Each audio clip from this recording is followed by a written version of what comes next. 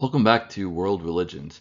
This video series accompanies a semester-long survey of world religions class for a college course, specifically with the textbook A Short Introduction to World Religions by Christopher Partridge, the general editor. Occasionally, I add my own additional information or commentary. Chapter 11, Native North Americans. Native North American religion is still practiced in some parts of the United States and Canada, but it's largely declined, being replaced by Christianity, other religions, and just secular society. There has been a partial revival of Native American religion in the last few decades, but it has not fully made up for the longer period of decline. There's also a continued importance of tradition, teachings of the elders and of ancients in a lot of Native North American cultures. It should be noted, maybe it goes without saying, that there's actually a great diversity of Native North American indigenous religions. These may be kind of combined together in the popular imagination into a singular cultural brew, just based on associations, presentations in film, TV, other mass media, stuff of that nature. But it is important to remember that all of these groups have their own languages, they have their own culture. The map shows the major language families.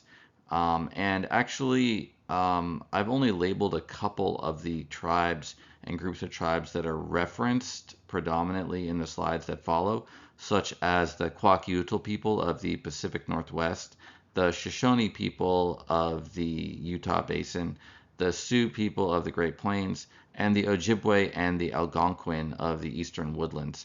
But there's hundreds of other groups, each with their own language and religion.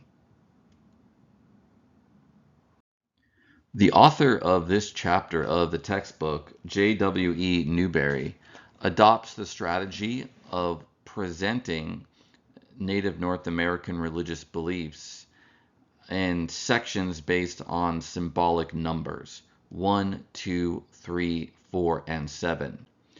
This is not a terrible framing device because it does help organize what would otherwise just be a jumbled list of examples from Native North American religions.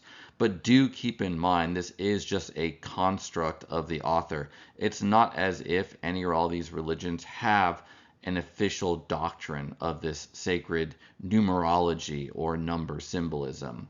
So to begin with, number one great spirit. It's not universal, but very common in North American indigenous religions to find belief in a single great spirit, a kind of high god. This is called Giche Manitou in Algonquin religion and Wakan Tonka by the Lakota Sioux, for example. The Great Spirit may be symbolized by a circle, or the circle could just be used to symbolize the unity of nature or the cosmos. The circle is a basic shape that you find a lot in nature, like the moon, the sun, the stars circling around in the sky, the rotation of the seasons. You can picture the year symbolically as a circle that comes back around to where it started. So the circle has a big role in the symbolism of Native North American myth, ceremony, art, etc. I will note that this is not unique to Native North American indigenous religions. You can find powerful symbolism of the circle, for example, in ancient Greek philosophy. Plato and Aristotle and Ptolemy, for example, they all thought of the circle as heavenly or divine, and that's why they assumed that the heavenly bodies, the stars and planets, always moved in perfect circles. This turned out to be incorrect, but you can see how their belief kind of resembles the role of the circle in Native North American religions. So the indigenous religions of North America often involve circular dances around a fire, drum, or pole, as in the Shoshone sun dance depicted on the slide. Do note that this is not particular to North America. Circumambulation around a sacred object is a human universal, or at least a near human universal. It might be the basic ritual of all religions, at least the basic communal ritual.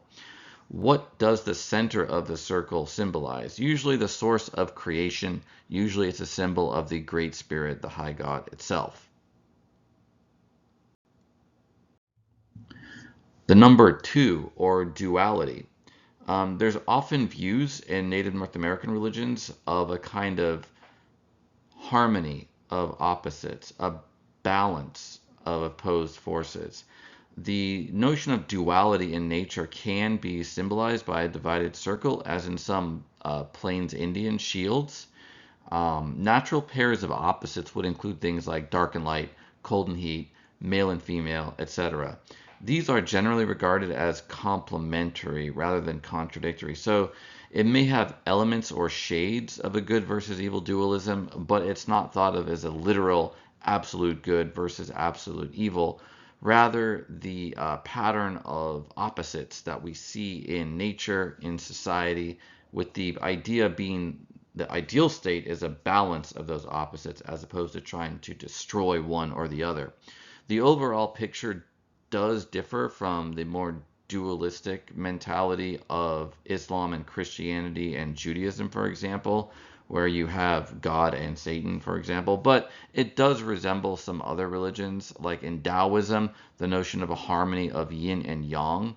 And even in Western philosophy, you have Aristotle and the Aristotelian tradition, which regards moral virtue as a harmony of opposites. So, for example, for Aristotle, courage is the right amount of fear and aggression. If you have too much fear, that leads to cowardice. If you have too much aggression or too little fear, that leads to foolish overconfidence, where a person could sacrifice themselves without reason or cause. Similarly, in Chinese Confucian philosophy, they regard virtue as a mean or balancing point between two opposite poles. So that is similar to the idea of duality. Now, there are symbols of duality in myths. Like a very common myth is for the hero twins, which are sons of a goddess. And at least on some interpretations, they can correspond to this idea of dualities in nature. There are sometimes expressions of dualities in totems, like the two-headed serpent in totem poles of the West Coast in the Pacific Northwest. For example, Sisutul of the Kwakiutl people. Also, the Thunderbird can be both threatening and caring, so the dual aspects of that god or spirit. And in terms of the implements of ceremonies, in the sun dance, there's a forked pole at the center, which can be interpreted itself as a symbol of duality because of the split in the fork. Next is the number 3, which can be symbolized by a triangle on a circle background.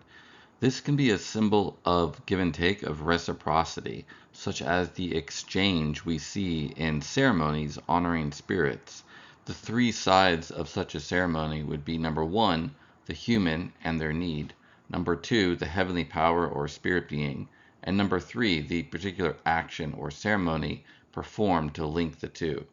So ceremonies in Native North American religions can be like those of other religions for the purpose of healing, for guidance or information, or to accumulate sacred power. An example is the Mohawk rain dance, or the rain dance performed by other Native American groups, which can be in response to a crop that withers due to drought. If so, the community must perform the rain dance, and they do so, they'll get the aid of the thunder beings or Wakinyan. This is actually a Sioux term for these beings. So the community will gather together in the fields. They will sound their drums and shakers. They will begin dancing. They'll sing a prayer and sprinkle water. And then the rains are expected to come after the ceremony. John Lame Deer was a 20th century Sioux shaman who explained the concept of ceremony in his culture as follows, quote, "When we killed a buffalo, we knew what we were doing. We apologized to his spirit, tried to make him understand why we did it, honoring with the prayer the bones of those who gave their flesh to keep us alive, praying for their return, praying for the life of our brothers, the Buffalo Nation, as well as for our own people," end quote. So he's talking about a hunt, but you see that idea of reciprocity with the beings in nature and the spirits, this sort of give and take or ceremonial exchange. Next is the number 4, which is a symbol of wholeness, of completion, of the 4 directions, usually symbolized by a quartered circle. Circle indicating the wholeness of the earth, the 4 directions symbolized by it being divided into 4. So John Lane Deere again, quote, 4 is the number that is most sacred, or Wakan. 4 stands for the 4 quarters of the earth, the 4 winds, seasons, colors, 4 things of which the universe is made, earth, air, water, fire. There are 4 virtues which a man should possess. We Sioux do everything by fours, end quote. So this can often be symbolized by a circle with 4 colors, each of the colors associated with a different direction, season, etc. The overall pattern of this is reminiscent both of the 4 elements in Greek philosophy, earth, air, water, fire, and also the 5 elements and directions in Chinese religion and philosophy. The difference is that in the Chinese system, there is a 5th direction, which is the center. And this particular associations with the directions and the seasons are not identical with Native North American religions, but just the general concept is similar. So the quartered circle often plays a role in ceremonies where the wheel may be a pattern either for circumambulation, walking around a Sundance pole, for example, or something else in the center, or just by having the circle there to symbolize the variety and the wholeness of life. In Plains Indian ceremonies, they often involve burning sweet grass, drinking water, smoking a pipe, and each worshiper then says, all my relations. So they kind of go around in a circle. So it's difficult to summarize, right? Because there's a lot of different Native North American indigenous religions. They're all going to have their own ceremonies, their own symbols. Nevertheless, the quartered circle is a common symbol that you see. Finally, the number 7. So this can be associated with mysteries or sacred things, like the 7 sacred rites of the Sioux people, the 7 prophecies or fires of the Ojibwe Midewiwin, the 7 stopping places in the migration westward, 7 grandfathers, also of the Ojibwe, the cycle of 7 years, or a super cycle of 7 times 7 years, kind of like a symbol of wholeness or sacred completion. The Ojibwe teaching of the 7 grandfathers has also 7 teachings that each grandfather gives. These are basically different virtues that humans are supposed to uphold: wisdom, love, respect, bravery, honesty, humility, and truth. And each of the teachings and grandfathers can also be symbolized by a different animal. The Ojibwe symbolize the 7 grandfathers by a teaching staff in the center of a ceremonial circle. This is made of 3 straight sticks that are bound together at their centers. And so you have 6 points formed at the tops and bottoms of each of those 3 sticks. Those stand for the 4 directions plus above sky and below earth. So 6 directions for a greater fullness. And the 7th point is the crossing point of the 3 sticks, which symbolizes the here and now, or the self and center of the place in which the ceremony is performed. And it's not just the Ojibwe that have the teaching of the 7 grandfathers and their 7 teachings. It's a common thing among the various Anishinaabe peoples, of which the Ojibwe are just one. These are peoples of the northeastern woodlands in North America. Wakan is a Sioux word for sacred or power. So it's a very central concept to the Plains Indians.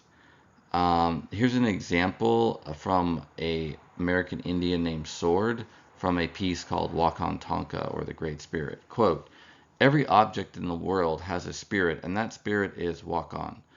Thus the spirits of the tree, or things of that kind, while not like the spirit of man, are also Wakan. Wakan comes from the Wakan beings. These Wakan beings are greater than mankind, in the same way that mankind is greater than animals. They are never born and never die.